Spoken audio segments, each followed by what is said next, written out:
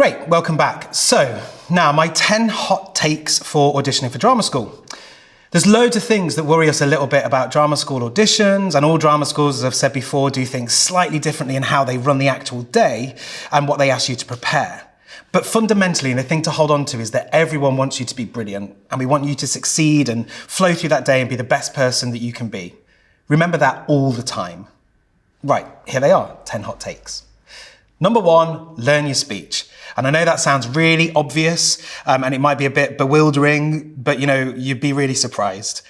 I'm going to give you some thoughts and exercises later on that might help you learn lines, but it's really, really important that everything that you present in the audition room is learnt and that you're not relying on your script or reading. This year, as I said before, the first rounds are all going to be via self-tape. And we're going to look at that a little bit later on. But even then, it's absolutely essential that you really know your text. Not knowing your text well means that you simply can't deliver true and honest work. If you're making the text up, it also means that you're not truly reflecting the character as it's written on the page. So you're not setting yourself up to be brilliant. Also, we can tell. Sometimes we know the speeches well enough to know that you're just making the lines up. Saying all of that, in the middle of your audition, you might forget your lines. You might, fear creeps in and tells us that we're doing it wrong and your mind just goes blank. But don't worry if that happens, just breathe. Tell us, take a moment, recenter and start again. The worst thing you can do is to rush straight back into the speech. Only start once you've calmed yourself down. We will help you in whatever way we can to keep you calm and centered. Number 2, there is no tick box.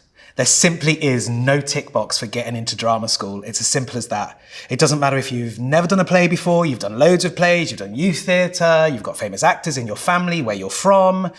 We're looking for what happens in the audition room on that specific day, in that specific moment. And what that means is that you don't really need to try and please anyone on the panel. The panel don't always know what they're looking for until they see it.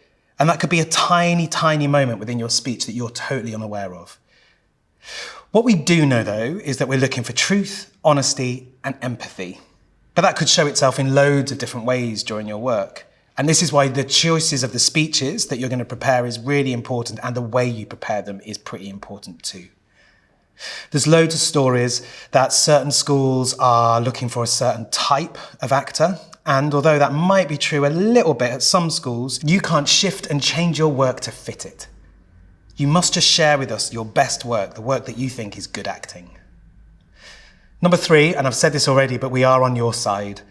It can feel really intimidating sharing your work with a panel of strangers who ultimately decide whether you're going to go through to the next round or even get into the school or not. But please remember and hold on to the fact that we always want you to be ace. We honestly want everyone who walks through that door to be utterly brilliant. And we should be encouraging you to be the best you that you can be under those circumstances. We're not judging you, and we're certainly not trying to trip you up or catch you out. We'll be keeping an eye on you to make sure that you are comfortable and breaking any tension that might appear in the audition room. If we ask questions, it's because we want to know a little bit more about you and a little bit more about the choices you've made, and there's no right or wrong answers. There's just the answers that you have. Also, remember that we've got a lot of experience in auditioning and we can see straight through things like nerves. I promise you, we are absolutely and utterly on your side.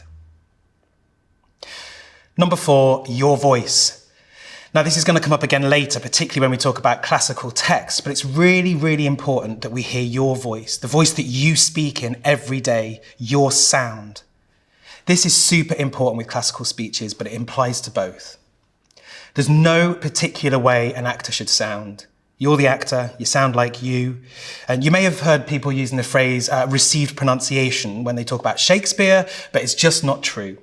We want to hear these speeches in your own authentic sound, and whatever sound that may be. If you prepare your speeches in your own voice, you'll connect to them more, and you'll be able to be more truthful with them and more honest, and you'll be able to show a little bit more empathy. It's really, really important that we hear you. So number 5, be you. Be you, be all of you, be brilliantly, dazzlingly you. Bring all of your glorious self to that audition day. Whoever you are, we want to get to know you as much as see you act. Now, we're going to ask you to do things like maybe wear comfortable clothes for moving in, but those clothes should also make you feel comfortable in yourself. We really, really, really do want to see you. It doesn't matter where you're from, what your sound is, or anything. We want to meet you in all your full glory. Number 6, redirection doesn't mean you're bad, and we're going to talk about it a little bit more later on. But sometimes we might ask you to try your speech in a different way, changing the direction of the speech. Sometimes we might not. Either way, it's neither good nor bad. We might just want to see if you can do something that the speech, the writing of the speech, doesn't show us. Or we just might want to understand your thinking of the speech and the choices that you've made. But also, we may not need to see any of this. Don't try and second guess it for yourself, or if it's happening to other people in the room that you're working in. Number 7, your audition is absolutely a two-way transaction. Of course, we need to know if you want to spend the next 3 years or not at a school, and auditions are your only chance to see how the schools work, who teaches there, the kind of teaching they do, the language they use, the facilities. 3 years is a long time to be going anywhere to study, so you really need to know if you get a good vibe from the school that you're at. Keep your ears open and listen to your gut.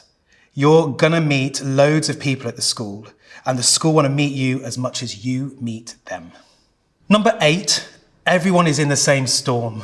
We're all in different boats, but we are all weathering the same storm. So regardless of how other people present at an audition day, I can promise you we're all there for the same reason, doing the same thing.